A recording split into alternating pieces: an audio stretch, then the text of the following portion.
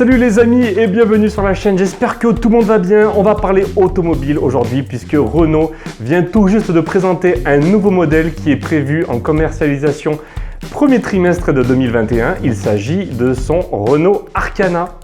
Voici donc le modèle et pas de surprise, on connaît déjà ce modèle qui avait été présenté en 2018 lors d'un salon automobile à Moscou. Il avait également fait ses débuts en 2019 sur le marché russe, mais désormais il arrive en France.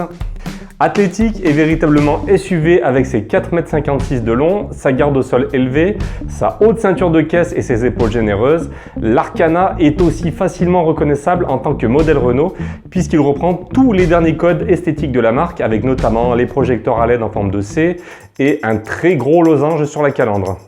En revanche, sa ligne de toit particulièrement plongeante, synonyme de dynamisme accru, le distingue du reste de la gamme et permettra de l'identifier au premier regard dans le flot de la circulation.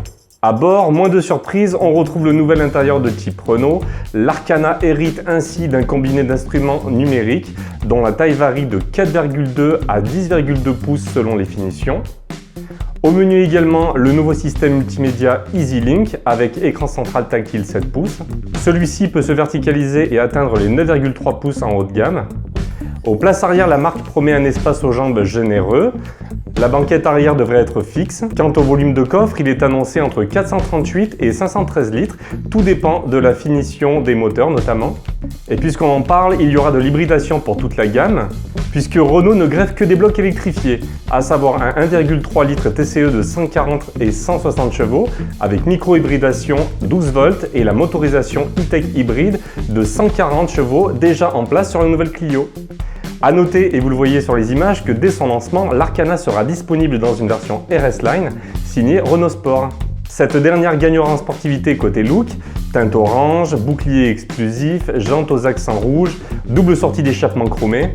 Il y aura de multiples aides à la conduite, un assistant autoroute et trafic qui associe le régulateur de vitesse adaptatif avec fonction stop and go, l'aide au maintien dans la file, des surveillances d'angle, une caméra 360 degrés, des détecteurs de véhicules en marche arrière, tout ce que l'on connaît déjà sur les véhicules de la marque.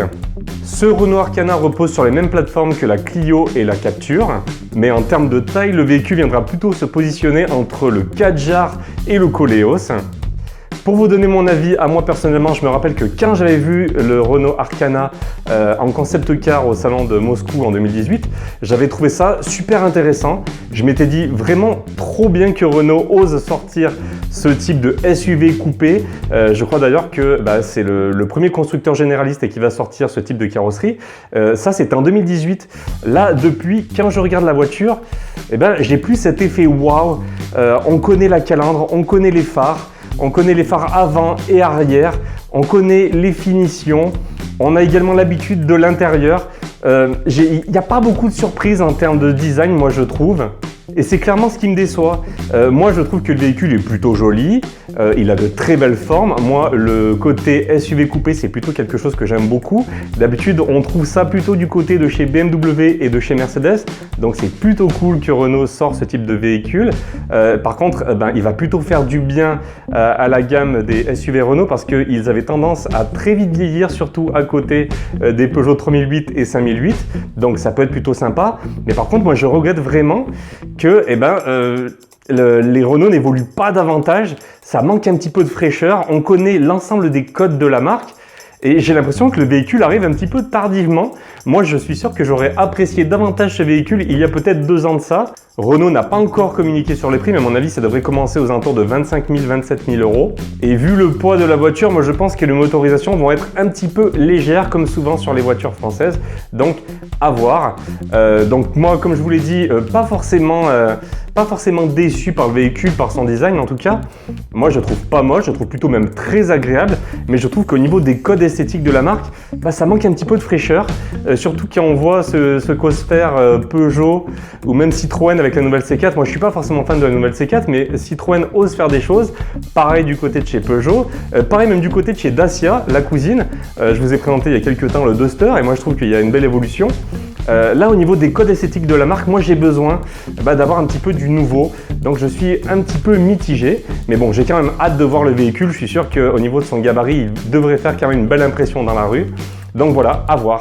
Dites-moi vous maintenant ce que vous pensez de ce véhicule. Comme d'habitude, on en discute dans les commentaires. Je remercie tous ceux qui se sont abonnés sur la chaîne. Attention, je ne fais pas que des vidéos sur l'automobile. Vous avez pu le voir, tous ceux qui sont abonnés récemment. Donc j'espère pas trop vous décevoir.